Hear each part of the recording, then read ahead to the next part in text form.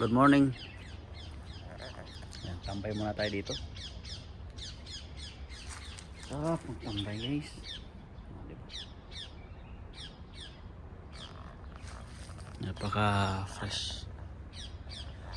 Tingnan mo yung tambayan dito. Puro mga bato.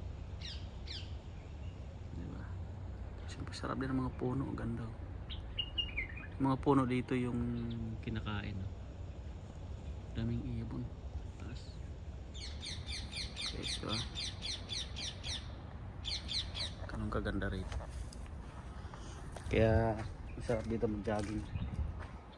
Jogging. Diba? Paglabas mo naman dito, puro din mga puno. Diba? Oh, diba? Ay, sarap. Sarap magtambay guys. Kaya swerte talaga yung mga OFW kababayan natin na pagpunta ng abroad. Kunti lang trabaho. Diba? Ganito lang. Gala-gala lang. Diba? Actually di naman nagtatrabaho dito eh. Dito ako nakatira. Kaya nga dati sa Pilipinas ako. Putik. Hirap buhay. Kailangan mo kumayod, kailangan mo magsakripisyo. Dami mong mali sa buhay.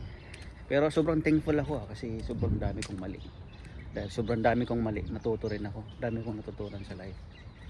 Kaya tip ko guys, huwag lang matakot magkamali. Okay? Ubusin mo yung mga mali. Pero bawat pagkakamali mo, dapat matuto ka dyan. Para mag-improve sa buhay. Para mabago mo, maitama mo lahat ng ano mo sa buhay. Hanggang sa makuha mo yung gusto mo. Diba? And dapat nag-i-enjoy ka lang. Hayaan mo lang yung mga tao sa paligid mo. Yan, ganda. Diba?